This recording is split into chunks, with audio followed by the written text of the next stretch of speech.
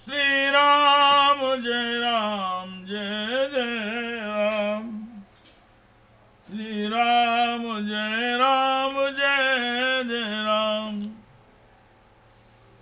श्रीमद् वाल्मीकि रामायण का बालकांड का 63वां सर्ग। विश्वामित्र को ऋषि एवं महर्षि पद की प्राप्ति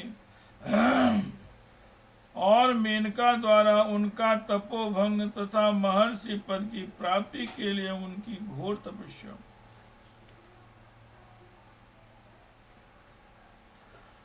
पूर्णे अर्थ शास्त्रे तू व्रत स्नातम महामुनिम अभ्यगच्छन् सुरा सर्वे तपा फल चिकीर्षवः। सतानंद जी कहते हैं, श्री राम जब 1000 वर्ष पूरे हो गए तब उन्होंने व्रत की समाप्ति का स्नान किया। स्नान कर लेने पर महामुनि विश्वामित्र के पास संपूर्ण देवता उन्हें तपस्या का फल देने की इच्छा से आए। आब्रवीत सुमहातेजाम आब्रुवीत सुमहातेजा ब्रह्मा सुरुचिरम बचाम आसे त्वमसि भद्रम ते स्वादिते कर्म भी सुवै। उस समय महातेजस्वी ब्रह्मा जी ने मधुर वाणी में कहा, मुने तुम्हारा कल्याण हो। अब तुम अपने द्वारा उपार्जित शुभ कर्मों के प्रभाव से ऋषि हो गए हो। तमे मुक्त्वा देवेश स्त्री दिवम पुनराव्यगान् विश्वामित्रो महातेजा भूयस्ते पे महत्तपः। उनसे ऐसा कहकर देवेश्वर ब्रह्मा जी पुनः स्वर्ग को चले गए। यहाँ इधर महातेजस्वी विश्वामित्र पुनः बड़ी भारी तपस्या में लग गए। तथा कालेन माता मेनका परमाप्सरा पुष्करेषु नरश्रेष्ठ स्नातुम समुपचक्रमे। नरश्रेष्ठ तदनंतर बहुत समय व्यतीत होने पर सुंदरी अप्सरा मेनका पुष्कर में आई और वहां स्नान की तैयारी करने लगी। ताम ददर्श महातेजा मेनकाम कुशिकात्मजः रूपेणा प्रतिमां तत्र विद्युतम जलदे यथा।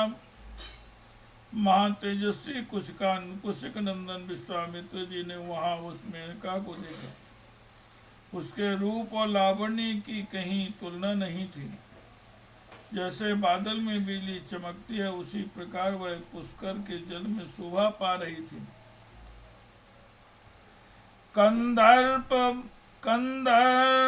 दर्प वसगो मुनिस्तामिदं ब्रुवीत अप्सरा स्वागतम ते अस्तु वस चे ममाश्रमे। उसे देखकर विश्वामित्र मुनि काम के अधीन हो गए और उससे इस प्रकार बोले, अप्सरा तेरा स्वागत है, तू मेरे इस आश्रम में निवास कर। अनुग्रहणी स्वभद्रम ते वदनेन विमोहितम इत्युक्ता सावरारोहा तत्र वास मथा करोत्। तेरा भला हो, मैं काम से मोहित हो रहा हूँ, मुझ पर कृपा कर। उनके ऐसा कहने पर सुंदर कट प्रदेश वाली मेनका वहां निवास करने लगी। तपसो ही महाविघ्नो विश्वामित्रमुपागमत् तस्यां वसन्त्यां वर्षाणि पंच राघव। विश्वामित्राश्रमो सौम्यो सुखेन व्यतिचक्रमुः। इस प्रकार तपस्या का बहुत बड़ा विघ्न मेनका को विश्वामित्र जी के उस सौम्य आश्रम पर रहते हुए 10 वर्ष बड़े सुख से बीते। अथ काले गते तस्मिन् विश्वामित्रो महामुनि शावीर्यौ संवृत चिंता शोक परायण। इतना समय बीत जाने पर महामुनि विश्वामित्र लज्जित से हो गए, चिंता और शोक में डूब गए। बुद्धिर्मुने समुत्पन्ना समार्षा वर्षा रघुनंदन सर्वं सुराणाम कर्मे तत्तपो आपहरण मतमहत्।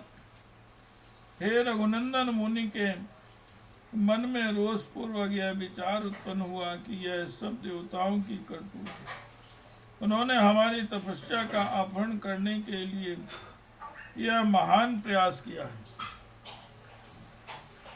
श्री राम जय राम जय जय राम, श्री राम जय राम जय जय राम, श्री राम जय राम जय जय राम।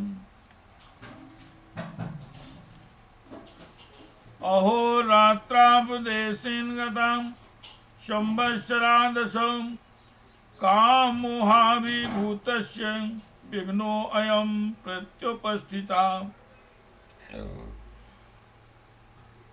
मैं कामजनित मोह से ऐसा आक्रांत हो गया कि मेरे 10 वर्ष एक दिन रात के समान बीत गए। यह मेरी तपस्या में बहुत बड़ा विघ्न उपस्थित हो गया है। सा निःश्वसन मुनिवरः पश्चात्तापेन दुखितः। ऐसा विचार कर मुनिवर विश्वामित्र लंबी सांस खींचते हुए पश्चाताप से दुखित हो गए। भीतामप्सरसं दृष्ट्वा वेपन्तीं प्राञ्जलिं स्थितां मेनकां मधुरवाक्यैर्विसृज्य कुशिकात्मजः। उत्तरं पर्वतं राम विश्वामित्रो जगामः। उस समय मेनका अप्सरा भयभीत हो थरथर कांपती हुई हाथ जोड़कर उनके सामने खड़ी हो गई। उसकी ओर देखकर कुशिक नंदन विश्वामित्र ने मधुर वचनों द्वारा उसे विदा कर दिया और स्वयं वे उत्तर पर्वत हिमवान पर चले गए। सा कृत्वा निष्ठिकीं बुद्धिं जेतु कामो महायशः कौशिकी तीरमासाद्य तपस्ते पे दुरासनम। वहां उन महायशस्वी मुनि ने निश्चयात्मक बुद्धि का आश्रय ले कामदेव को जीतने के लिए कौशिकी तट पर जाकर दुर्जय तपस्या आरंभ की। तस्य वर्षसहस्राणि घोरं तप उपास्ताः उत्तरे पर्वते राम देवतानां भूतभयन्। श्री राम वहां उत्तर पर्वत पर 1000 वर्षों तक घोर तपस्या में लगे हुए विश्वामित्र से देवताओं को बड़ा भय हुआ। आमंत्र्यन् समागम्य सर्वे सरसी गणासुराः महर्षि शब्दं लवतां साद्वयं कुशिकात्मजः। सब देवता और ऋषि परस्पर मिलकर सलाह करने लगे, ये कुशिक नंदन विश्वामित्र महर्षि के पदवी प्राप्त करें, यही उनके लिए उत्तम बात होगी। देवतानां वचा श्रुत्वा सर्वलोक पितामह आब्रवीन् मधुरं वाक्यं विश्वामित्रं तपोधनम्। महर्षे स्वागतं वत्स तपसोग्रेण तोषिता महातत्वं ऋषि मुख्यत्वं ददामि तव कौशिक। देवताओं की बात सुनकर सर्वलोक पितामह ब्रह्मा जी तपोधन विश्वामित्र के पास जा मधुर वाणी में बोले, हे महर्षि तुम्हारा स्वागत है। वत्स कौशिक में तुम्हारी उग्र तपस्या से वह संतुष्ट हूँ और तुम्हें महत्ता एवं ऋषियों में श्रेष्ठता प्रदान करता हूँ। ब्राह्मणस्तु वचा श्रुत्वा विश्वामित्रस्तपोधनः प्राञ्जलिः प्रणतो भूत्वा प्रत्युवाच पितामहं ब्रह्मर्षि शब्दं तुलं स्वार्जिते कर्मभिः स्वयं यदि मे भगवन्नाय ततो अहं विजितेन्द्रियः। ब्रह्मा जी का यह वचन सुनकर तपोधन विश्वामित्र हाथ जोड़कर प्रणाम करके उनसे बोले, भगवान, यदि आपने अपने द्वारा उपार्जित शुभ कर्मों के फल में मुझे आप ब्रह्मर्षि का अनुपम पद प्रदान कर सकें तो मैं अपने को जितेंद्रिय समझूंगा।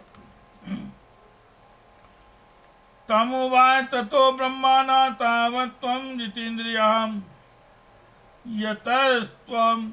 यतस्त्वं मुनि शार्दूलम् इत्युक्त्वा त्रिदिवं गतः। तब ब्रह्मा जी ने उनसे कहा, मुनि श्रेष्ठ, अभी तुम जितेंद्रिय नहीं हुए हो, इसके लिए प्रयत्न करो। ऐसा कहकर वे स्वर्गलोक को चले गए। व्युपस्थिते तु देवेषु विश्वामित्रो महामुनि ऊर्ध्वबाहुर्निरालम्बो भायुभक्षस्तव पश्चरन्। देवताओं के चले जाने पर महामुनि विश्वामित्र ने पुनः घोर तपस्या आरंभ की।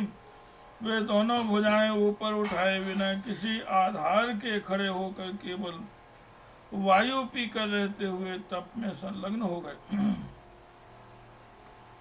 धर्मे तपश्च तपा धर्मे पंच तपा भूत्वा वर्षा स्वाकाल संश्रया शिशिरे सलिले साइषी रात्रहानि तपोधना एवं वर्ष सहस्त्रम ही तपो घोर मुपागतम एवं वर्ष सहस्त्रम ही तपो घोर मुपागमत। गर्मी के दिनों में पंचाग्नि सेवन करते हुए वर्षा काल में खुले आकाश के नीचे रहते और जाड़े के समय रात दिन पानी में खड़े रहते थे। इस प्रकार तपोधन ने 1000 वर्षों तक घोर तपस्या की। तस्मिन् संतप्यमाने तु विश्वामित्रे महामुनौ संतापं सुमहानासीत् सुराणां वासुवस्य च। महामुनि विश्वामित्र के इस प्रकार तपस्या करते समय देवताओं और इंद्र के मन में बड़ा भारी संताप हुआ। रंभामप्सरसं शक्रा सर्वेषामरुद्गणैः वाचात्मैतं वाक्यं हितं कौशिकस्य ताम्। समस्त मरुद गणों सहित इंद्र ने उस समय रंभा अप्सरा से ऐसी बात कही जो अपने लिए हितकर और विश्वामित्र के लिए अहितकर थी। इत्यार्थ से श्रीमद् रामायणे वाल्मीकि आदि काव्ये बालकांडे तृष्टितमः सर्गः। इस प्रकार वाल्मीकि निर्मित आज रामायण आदि काव्य के बालकांड में 63वां सर्ग पूरा हुआ। श्री राम जय राम जय जय राम। श्री राम